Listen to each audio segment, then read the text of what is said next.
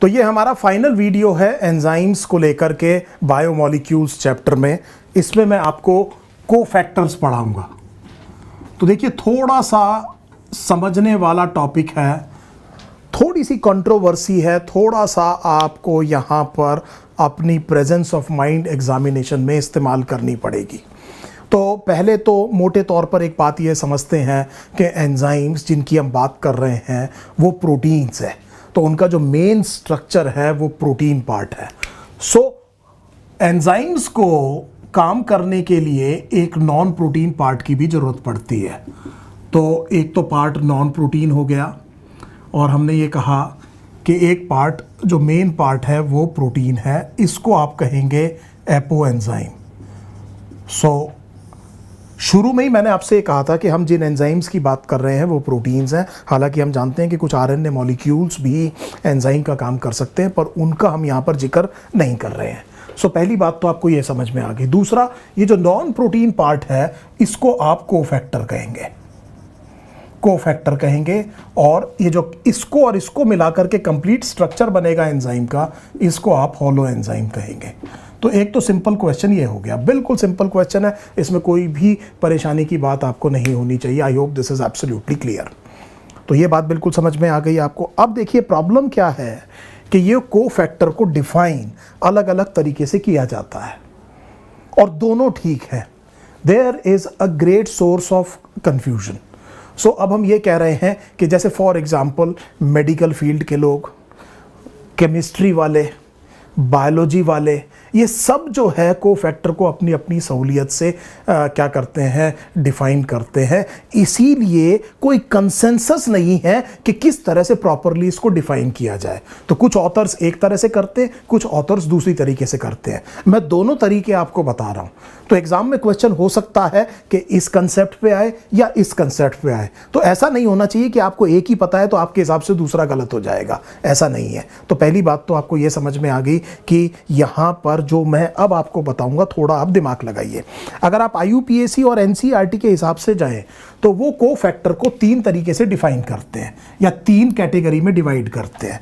एक को उन्होंने कहा कि या तो मेटल आयन हो सकते हैं, या तो मेटल आयंस हो सकते हैं। दूसरा उन्होंने ये कहा कि ये ऑर्गेनिक मॉलिक्यूल्स हो सकते हैं, नॉन प्रोटीन, क्योंकि प्रोटीन तो मेन पार्ट बन गया है एंजाइम का, ये भी ऑर्गेनिक है, लेकिन यहाँ पर फिर हम ऑर्गेनिक की बात कर रहे हैं। और अगर ये टाइटली या कोवलेंटली बाउंड हैं तो इनको उन्होंने कहा प्रोस्थेटिक ग्रुप, जैसे हीम कैटालेस एंजाइम में। ये आपकी NCERT कह रही है, इसको उन्होंने क्या कहा, प्रोस्थेटिक ग्रुप। दूसरा, अगर ऑर्गेनिक ही है लेकिन फिर नॉन प्रोटीन है, ट्रांजिएंटली बाउंड है, ट्रांजिएंटली बाउंड है, और हमने ये कहा कि ये लूजली बाउंड है, transiently as well as loosely, मतलब जरूरत पड़ने पर आकर के जुड़ जाते हैं, अदरवाइज हट सकते हैं। इसका मतलब इनमें कोवलेंट लिंकेज नहीं है, कोवलेंट बॉन्ड नहीं है। इस तरह की चीज को उन्होंने कहा कोएंजाइम्स। इस तरह की चीज़ को उन्होंने क्या कहा, कोएंजाइम्स कहा। और ये जो कोएंजाइम्स हैं, ये ज़्यादातर जो कोएंजाइम्स हैं they are vitamins, they are vitamins.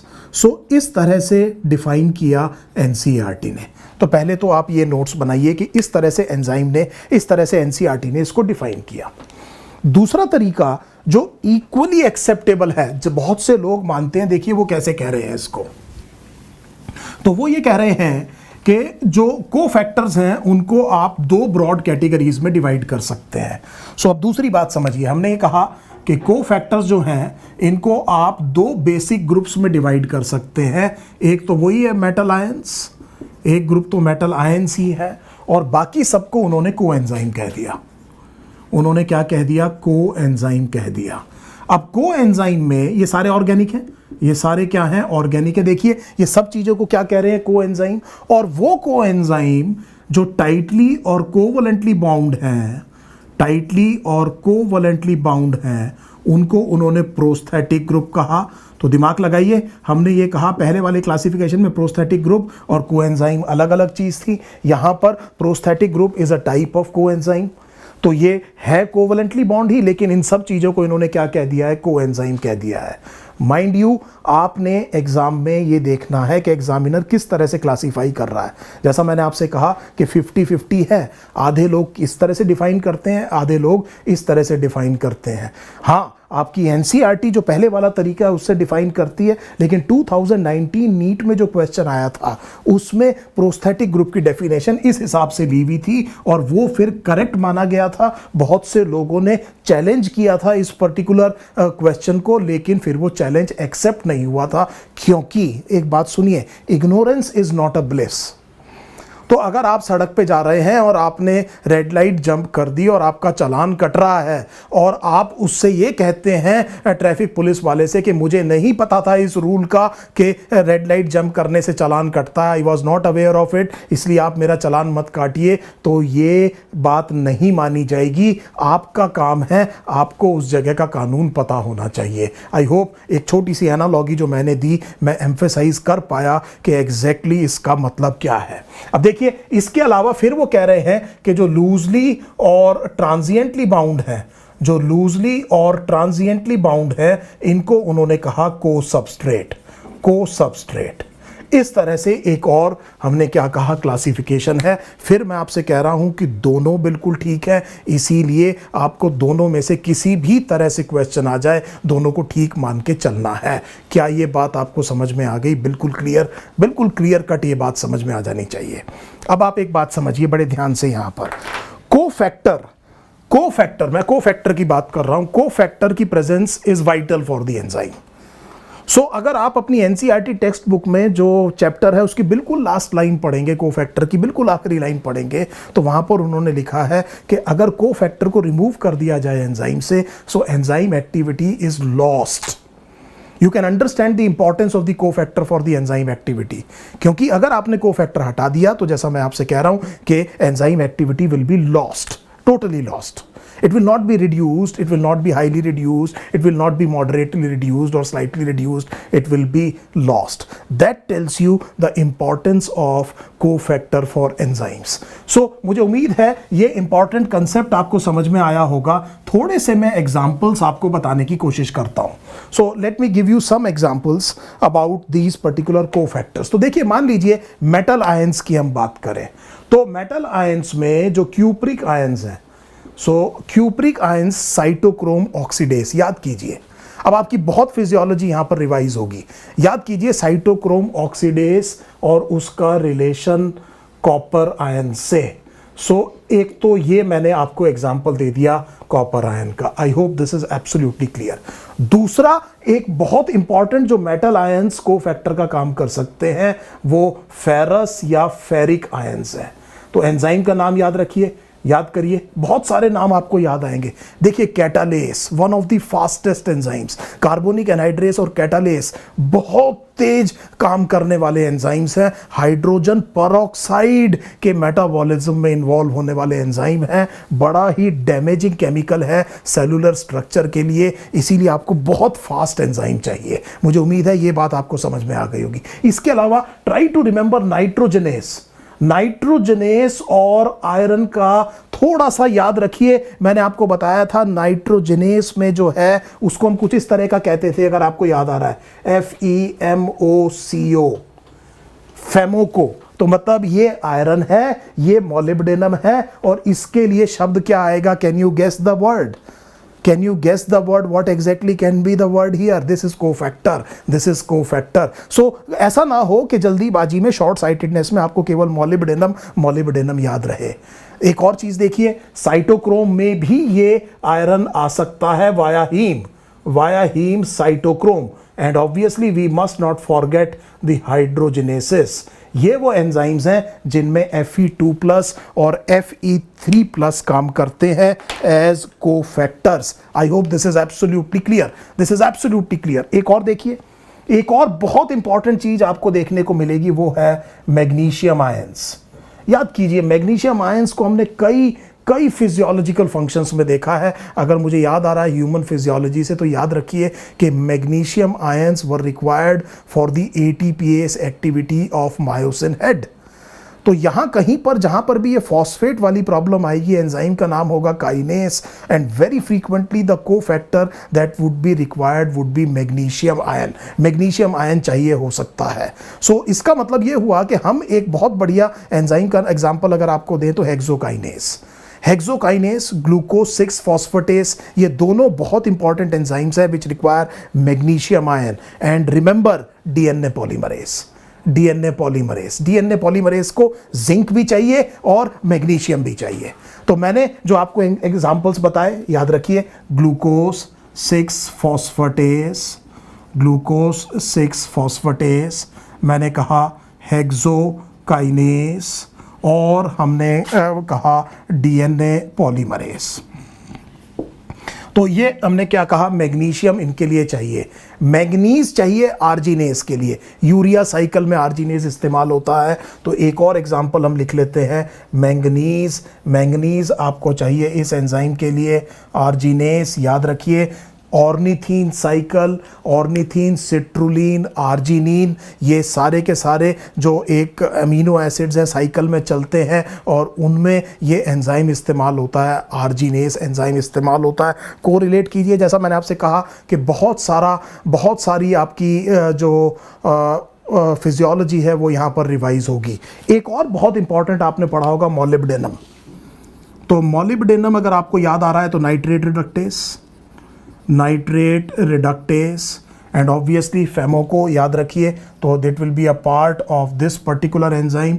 Do you know कि नाइट्रोजनेस एंजाइम किन ऑर्गेनिजम्स में मिलता है, किन ऑर्गेनिजम्स में क्या मिलता है, नाइट्रोजनेस एंजाइम। और जैसा मैंने आपको बताया जिंक, जिंक में 2 एंजाइम जरूर याद रखिएगा, कार्बोनिक एनहाइड्रेस और डीएनए पॉलीमरेज। तो मैं एक और लिख देता हूँ, दिस वुड बी जिंक, और जिंक में मैंने आपसे कहा कार्बोनिक एनहाइड्रेस, याद कीजिए इस एंजाइम को, one of the fastest enzymes known. और एक हमने कहा डीएनए पॉलीमरेज, डीएनए पॉलीमरेज को भी क्या चाहिए, जिंक चाहिए। क्या आपको कोई और एंजाइम आपकी एनसीईआरटी से याद आ रहा है जिसमें जिंक चाहिए? प्लांट फिजियोलॉजी के किसी चैप्टर को याद कीजिए, क्या ये याद आया? So the answer would be alcohol dehydrogenase, so the enzyme would be alcohol dehydrogenase. So आप एक बार कॉपी पेन उठाइए और इसको देखिए, फिर हम देखते हैं कि कुछ विटामिन्स किस तरह से कोफैक्टर का काम करते हैं, और तब तक आप इसको बनाइए। I am leaving this screen for a few seconds for you to make notes.